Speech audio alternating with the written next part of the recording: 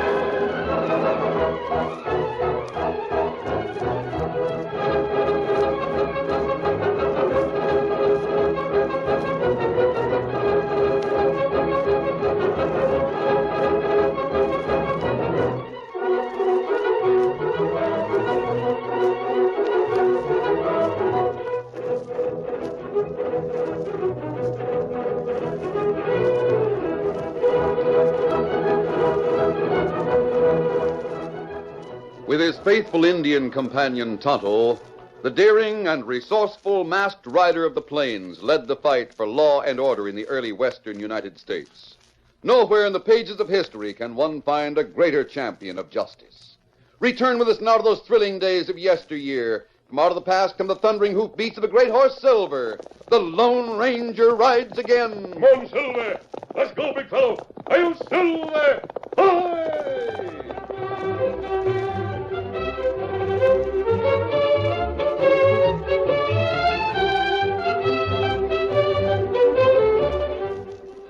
The town of Dusty Springs had little to recommend it.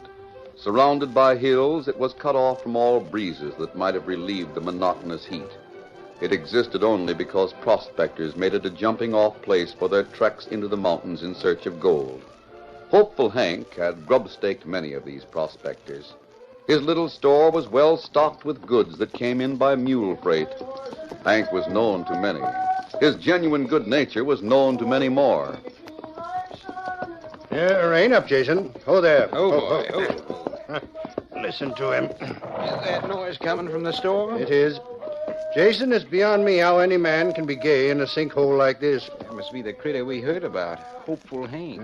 Obviously, Jason, obviously. Do you think we can pull the wool over his eyes, Will? We can and we shall. And, Jason, please remember that I am Colonel Weller. Come with me. Howdy, gents. Welcome to Dusty Springs. Good morning, sir. Good morning to you. May I ask whom I have the pleasure of addressing? Huh? Oh, you mean, what's my name? I do, sir. Me, I'm just plain Hank. Hopeful Hank, they call me. Better to have hopes than cash, I always say. A gent can hope for a lot more than he'll ever really get. Splendid philosophy, my friend. Yes, indeed, splendid. Shake hands with Colonel Weller. Where is he? Oh, you mean you? Yes, of course. Yes, sirree. The Colonel, huh? Gosh, I'm downright glad to meet you, Colonel. Shake hands with my partner, Jason Potter. Howdy, Potter. Glad to know you. Likewise. I trust you'll not judge us by our clothes. We'll not be in this, well, I might say poverty-stricken condition very long. Oh, shucks. No, Colonel. sir. We'll soon be rolling in wealth. Now, Colonel, don't you get to talking too free. No, Jason, that tone of voice. We'll watch your speech. First thing you know, you'll blurt out things we should keep a secret. Nonsense, Jason. Mr. Hank is used to hearing about men who are on their way to their gold claims. Isn't that so, Hank? Sure thing. Now, there you go, doggone it. That's let the cat right out of the bag. Jason, the trouble with you is that you're unaccustomed to wealth. You're afraid of it. Well, I hate to take chances. I dare say you're not greatly impressed by men who own gold mines, are you, Hank? I sure seen a lot of them set out to find a gold mine, but precious few come back with one. You must lose considerable by staking these unfortunate creatures who spend all their days following the will-o'-the-wisp. Come again? Searching for the gold at the end of the rainbow. Well, I've grub-staked plenty of prospectors, if that's what you're getting at. Did you ever see a more likely piece of oil than this? Examine that nugget, Hank. Pick it up. Look it over. Tell me what you think of it. Colonel, this here is downright first rate. Get what we came for and let's get on our way. Oh, very well, Jason. What do you want, Colonel? Don't ask what I want, Hank. Ask what I intend to buy. I'm a man who buys only what he can pay for. Well? I want a sack of Frioli beans. Well, beastly thing for a man to live on for days on end. You aim to live on Frioli beans, Colonel? No choice, my friend. I have no choice. Odd situation, I must say. Colonel Remington Jackson Weller reduced to a diet of beans. Oh, stop grumbling, Colonel. It won't be for long. You got a claim to stake out? Of course. That nugget came from my property. Gosh. I'd like to buy what I need with that nugget. Well, it'd buy a lot of grub. Shall I weigh it? Oh, no. I've given away the other nuggets. That's the last one I have. I must keep that as a sample of the ore. Well, now, look, Colonel. I grub-stake a lot of men. Now, there's no call for you to live on beans and nothing else. Well, you might trust me for a spade and perhaps a pick. You got no tools? We thought we'd visit the property and pick up some outcroppings, then come back and buy equipment. Well, that ain't necessary. I'll stake you, Colonel. Of course, we'd insist on giving you a share of what we find. That's customary. Well, Now, Colonel, don't go giving away our shares. Every foot of our land's worth thousands of dollars. Jason, do stop pinching pennies. We can well afford to be generous. I can see Hank is my kind of man. I have revised my plans accordingly. What do you mean, Colonel? I had planned to start in a small way, a very small way. But if you're going to grub stake us, and if you'll take an interest in our property, we'll go all out. That's it, Jason. We'll go all out. But, Colonel, I hate to give away... Nonsense. I'm going to give Hank a 1/3 interest in our claim. 1/3? No, Colonel. I said a 1/3 interest. And he, in turn, will give us all the supplies we need. Tools and machinery, blasting powder, lots of staples, barrels of flour and sugar, cases of tinned goods. On our 2 worn-out horses? We'll have to have a wagon. Perhaps 2 wagons. And strong horses or mules to draw them. And rifles. But, gosh, Colonel, I got only 1 wagon and 2 mules. Only one? Yeah, and I suppose we can make 1 wagon serve the purpose. I didn't figure on selling my mules. We'll return the wagon, of course. Mules, too. When we're through using them. Now, let's draw up an agreement right away. The sooner we start, the sooner we'll be rich. All 3 of us.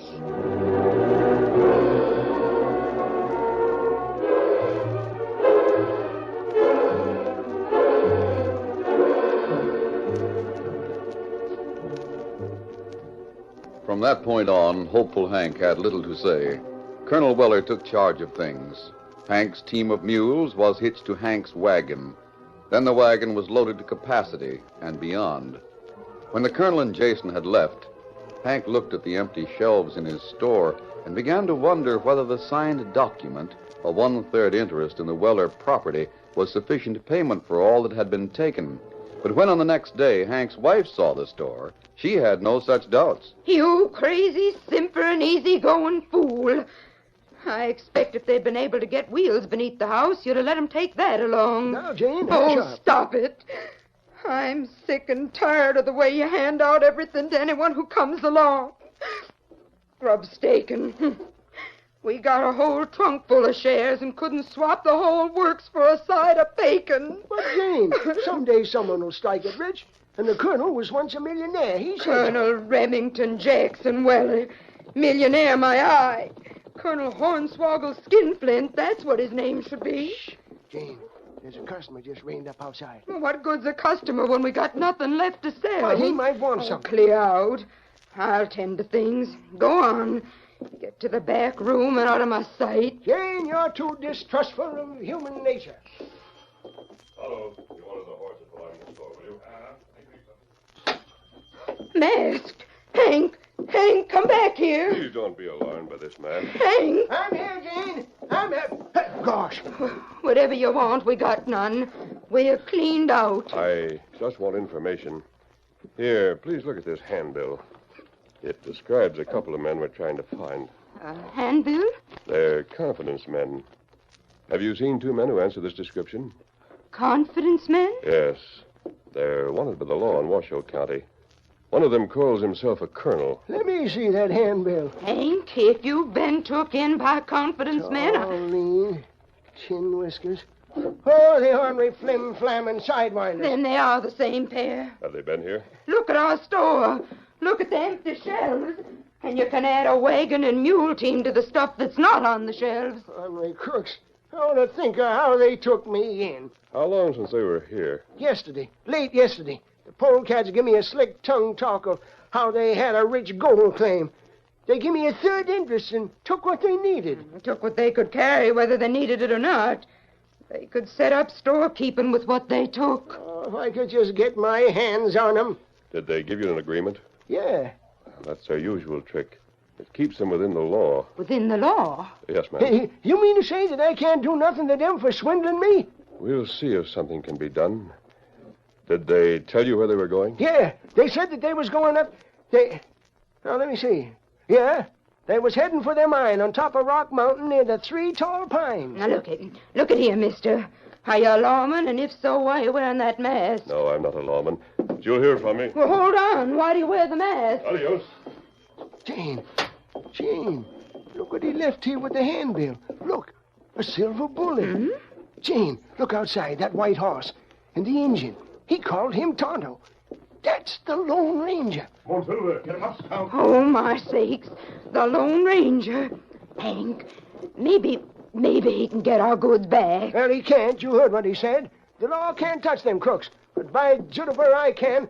I'll get that last box of cartridges. Well, what are you going to do? I'm going hunting for polecats that's riding in my wagon. I'm going over to Gammon's Cave. Gamon's Cave? That's where them crooks said they was going. But you told the masked man... I told them wrong, Jane. I done it deliberate. Because I didn't want no one to get to them before me. I'll deal with them. But, Hank, they might deal with you. Let 'em try, that's all. Just let 'em try. I've been took for the last time. This handbill's the straw that's busted the back of the camel. You sure you can find them? You bet I can find 'em. I'll find 'em in one of the cafes near Gamon's Cave.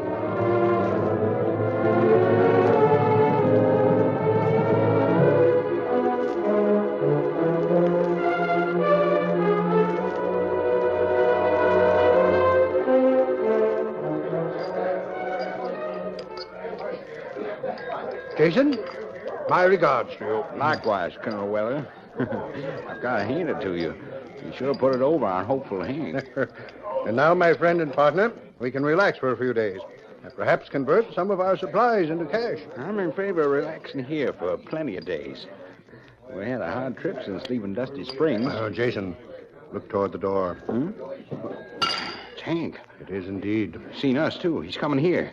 He must have found out about us. Leave him to me, Jason. I knew I'd find you two sooner or later. Well, if it isn't Hopeful Hank, welcome, welcome. We've just paused for refreshment before proceeding to start work on our mine. On your mine. Yeah, well, you can just pack away that slick talk. Weller. Yeah? Here. See what this handbill has to say about you two flim-flamming crooks. Where did you get this? Never mind that. I got it, and that's the main thing. I come here to take back the stuff you took from me. Why, Quiet, Jason. What's the matter, Hank? Are you dissatisfied with our agreement? That's putting it downright mild. You wish to call it off? I aim to take back my wagon and all that was in it when it left my store. Very well. But, Colonel... Silence, Jason. Hank, your wagon's in the rear of this cafe. Lead on, and we'll follow and help you load it. You will? Of course. I wonder if I misjudged you. Come, Jason. You say so. We'll go out the rear door. Go ahead, Hank. Right. Weller, what are you up to? Jason, I'm afraid Hank has signed his own death warrant. That handbill will ruin us. You mean... I mean, we've got to get rid of him to protect ourselves.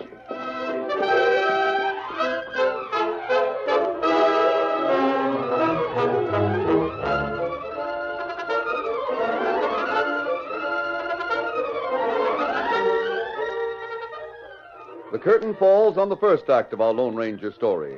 Before the next exciting scenes, please permit us to pause for just a few moments.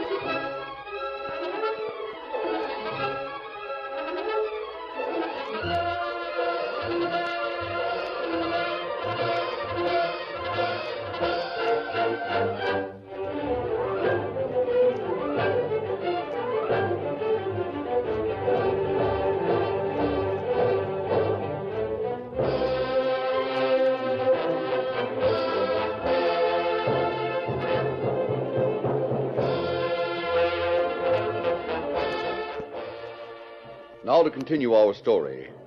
The mild, genial manner of the man who called himself Colonel Weller cloaked the heart of a murderer. Hopeful Hank went out the rear door of the cafe without the slightest suspicion that he was about to be killed by the two who followed.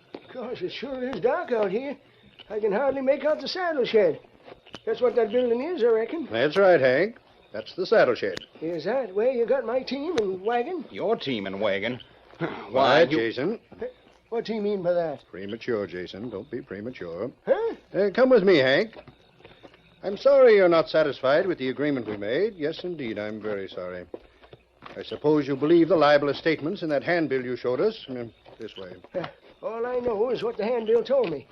It says you're wanted by the law in Washoe County. And besides that, my wife was downright riled because you just about cleaned out our store. The stuff brought precious little when we tried to peddle it. You what? Jason must have his little jokes. Didn't sound to me like no joke. Did you two go and sell that stuff you got for me? Did you? What's the difference what we did with it, my friend? We gave you an interest in our, I might say, in our future in exchange for it. By gosh, I bet you got no gold claim at all. That'd be a downright... Jason? What was he going to say? Well, what's the difference? Huh? What's this? Take it easy. Remember me, Hank? That voice. You're He's the... masked. What's the meaning of this intrusion? Who are you, sir? I came to get Hank. Now, hold on. Why, It you... would be a mistake to draw. How'd you get here? I told I you waited that... to see where you went, Hank, then followed you. If this is a robbery, Oh, I'll no, have... not at all. I have a few plans, and it's necessary for Hopeful Hank to go with me. My plans depend on it. Well, My horse is around the side with yours, Hank. Come on. I got some business to finish. Come on. But you don't savvy. No. Hey, let me go. This way, Hank. Hey, let me go. Take your hands off of me. Of all the Steady, Jason. Let them go. But I tell We're you... well rid of Hopeful Hank. But he's got that handbill. He'll make trouble for us. Tut, my partner. What trouble can he make? Legally, he hasn't a leg to stand on. What we've done in Washoe County counts for nothing here. Yeah, there they go. Splendid. Now, come on. I'm very glad it wasn't necessary to kill the old man. Having sold the goods we got from him, we'd have been in a difficult situation. Now, with him gone, we have only to keep traveling and keep out of his way. Well, let's get back inside. I left something half finished on the table where we were sitting. And I also, Jason. We'll finish our refreshments, then we'd better shove on for far places. Hey, Colonel Weller. Well, what's on your mind, waiter? Where have you been? Where'd you leave Hopeful Hank? What's it to you? Well, wasn't he with the two of you when you left here? He's gone back where he came from, my good man. He made a sudden change in his plans. Doggone. Redskins been looking all over for him.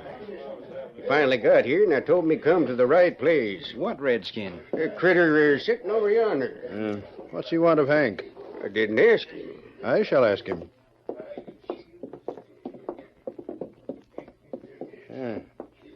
You, Indian. Me Tonto. I'm Colonel Weller. Perhaps I can be of assistance to you. I'm informed that you're looking for someone. That right. Me come here to find fella named Hopeful Hank. For what? Well, me got message for him. Message. What's the message? Well, you not name Hank. But perhaps I can deliver the message, if its importance justifies the effort. Well, you tell him own plenty big gold claim. Huh? Composure, Jason, composure. What's that about a gold claim? Well, him grubstake plenty feller. Him grubstake feller who find Eagle Rock gold claim. Feller die, now Hank owner claim. Indeed. Well, I do declare. Sit down, Jason. We'll sit with Tonto and hear the story in its entirety. Now, tell us all about it, Tonto.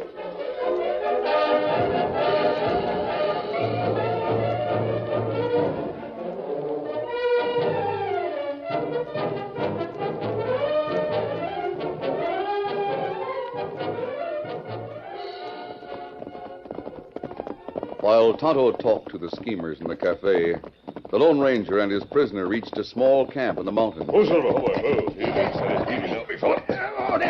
Now get down. Hey, you can't do this to me. This is against the law. This is... Take it easy, Hank. Leaving silver bullets just like you was the Lone Ranger. Let me help you off that horse. Untie my hands and I can get off without no help. Come on. If If ever the real Lone Ranger finds out about the way you've been posing as him, he'll get you. Chances are you're in cahoots with these dad-ratted scheming owls. If ever Hank, you're worse than a magpie. I'm worse than a barrel of wildcats when I'm riled real sore. And I'm riled. You'll keep still for a few minutes. I'll tell you something that may calm you down. Making me ride with my hands tied. I'll free your hands. Handling me like I was nothing but a cantankerous schoolboy. Right in front of the Colonel and Jason. They probably would have killed you. No such thing. They was going to call our deal off and give me back my mules and wagon and the goods they got from my store. They couldn't do that because they sold your goods. Huh? Including the mules and the wagon. But they said... Hank, those two are all that the Washoe handbill said they were, and more. There's a standing reward for Weller and his partner. Then why'd you help them? Why'd you take me away when I was having a showdown? Because the showdown was going their way. Who are you? I left a silver bullet.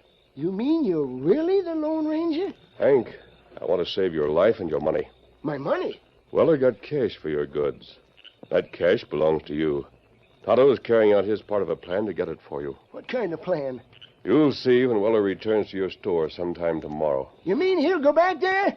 Great day, my wife will skin him alive. You'll have to talk to your wife. Now listen to me.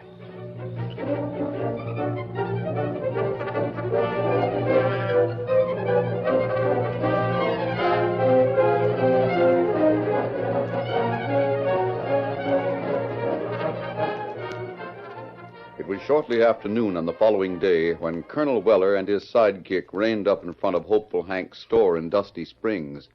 Hank saw the two men through the window and cautioned his wife. Now remember what I told you, Jane. Don't you let your anger and rage boil over. If I had to say, I'd... Be still. Let me do the talking. They're coming in. Hank, Hi there, Colonel. come in, Jason. We didn't know whether we'd find you here or not. We were worried when that masked man made off with you. Weren't we, Jason? Yep. Yes, indeed. We were very worried. Had no horses ready to take after you, you know. and, Yeah, I know. How'd you get away from him? He had nothing against me. It's someone else that he's out to get. Good. Well, I declare, Hank, is this your wife, this charming lady? You mean me? Delighted to know you, ma'am. Delighted. I'm glad you're here at this time. Your husband thought my friend and I had defrauded him. You flim-flammed, Hank. That's what you done. I'm hurt, ma'am. Deeply hurt to have such accusations hurled at me. You was going to give back my mules and stuff. Hank, I must confess I sold your goods, the mules and all. Well, of all But the... wait. I have the cash for you. Every penny that we got. Furthermore, I have dipped into my little store of hoarded money, my savings, as it were, to prove to you that I'm not a charlatan, a swindler.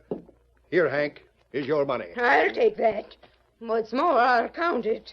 I'll give back that paper we signed. The paper that makes me a partner in your gold claim. Yeah, you better do that. I got it right here in this box.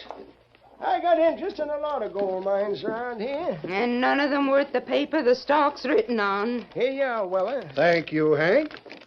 And now I want to make a little gift to you. I want to help you. I want to cast my bread upon the waters. What's that mean? Hank, I'll take all that worthless paper off your hands and give you cash for it. How much? Well, not as much as I like to give you, but as much as I have. Here. Colonel, not all that. Small bills make a big stack, and them look like small ones. I don't know. Maybe one of these mines I got shares in will turn out to be worthwhile. Indeed. Hank, you take what you can get for them no-good papers. Confidentially, my friend, that would be wise. Well, all right. There they are. You bought yourself some mining stock.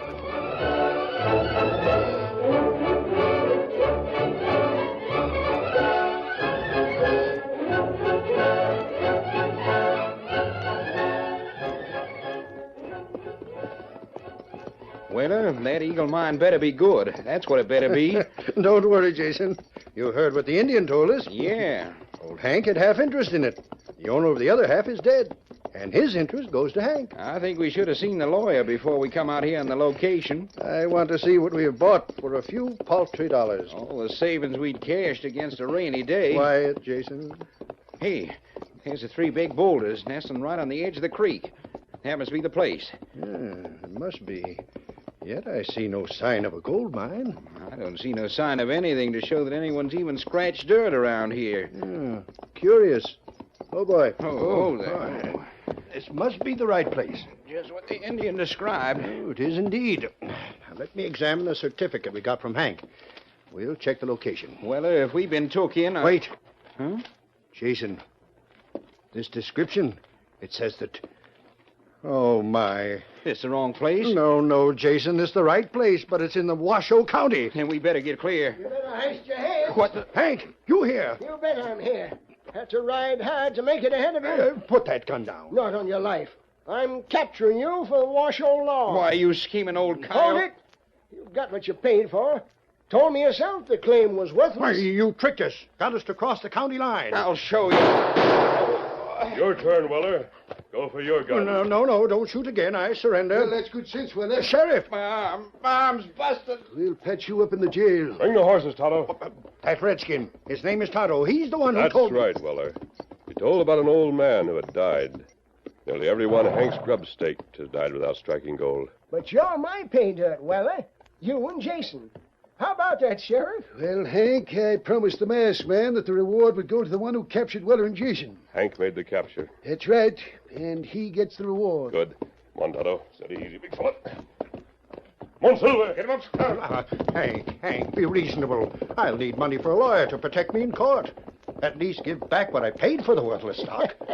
After all the trouble that masked man went to get it for me? Not on your life, Colonel. The Lone Ranger wouldn't like it.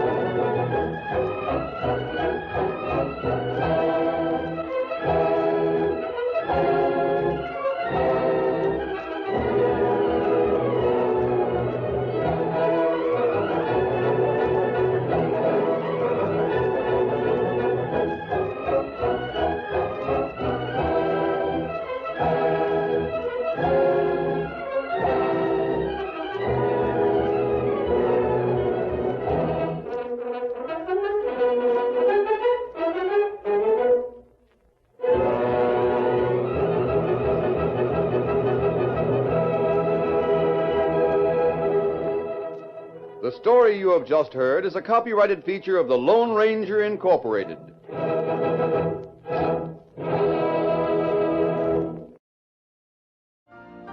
You've been listening to the OTR Gold Network. Find more classic radio at otrgold.com.